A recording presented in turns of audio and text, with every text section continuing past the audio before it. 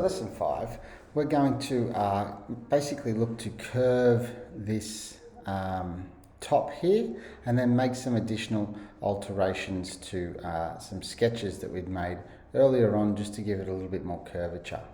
So I just noticed last time in lesson 4 when we extruded this top up here that we had that joined, so that basically now we don't have 3 bodies, we only have 1.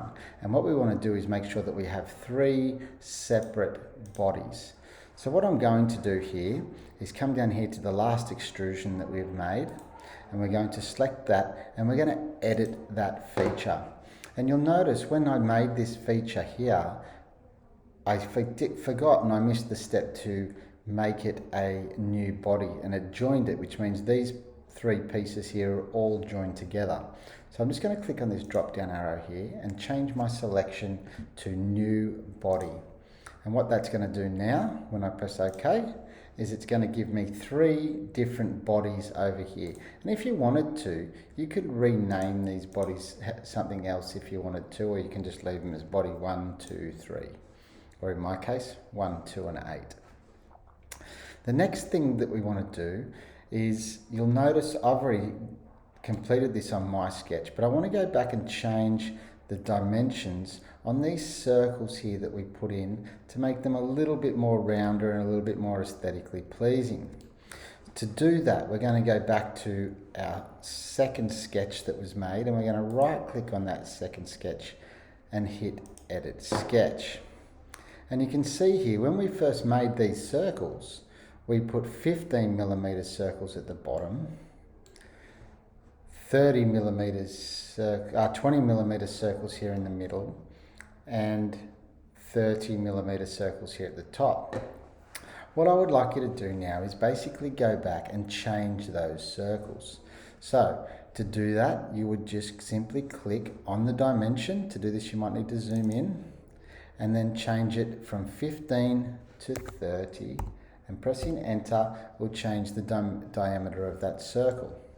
Then the 100mm ones here in the middle, for example, if I change that to 120, it would make it a larger circle. Once I hit finish sketch, you'll notice that 120mm diameter is instantly brought in there.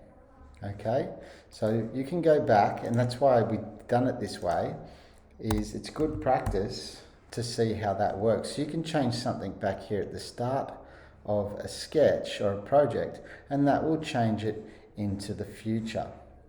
So 30, 100 and 60s. Finish sketch.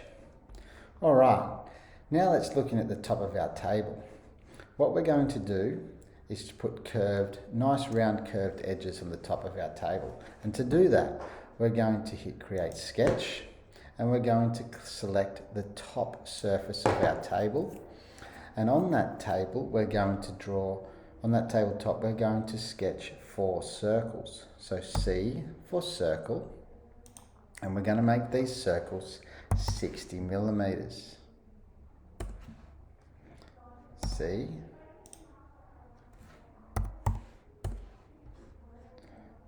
C for circle, and one more. Okay, once you've got your 4 circles, then we need to make them collinear. So we're just going to select the circle, make it collinear to that edge, and collinear to that edge. Excuse me. Select the circle, collinear to that edge, and this edge. Do that with all 4 circles. And then we're going to hit E for extrude, zooming in, selecting the part that we wish to extrude and pulling it away.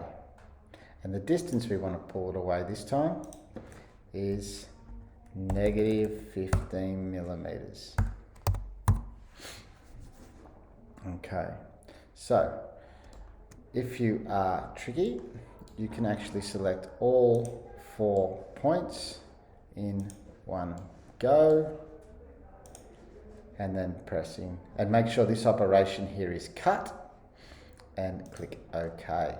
You can see there now I've given my table some nice curved corners, and if I have a look underneath, I'm looking at it and maybe I'm not quite happy with the curvature there. So what I'm going to do is I'm going to come back in here and I'm going to edit that sketch, and I'm actually going to double this. I'm going to make it 120. Enter, and have bigger curved edges. I think would look more aesthetically pleasing. If you want smaller ones, you can. But for my table, I'm just going to change them all to 120, hitting finish sketch, and you'll notice it instantly takes them away at that size. Fantastic.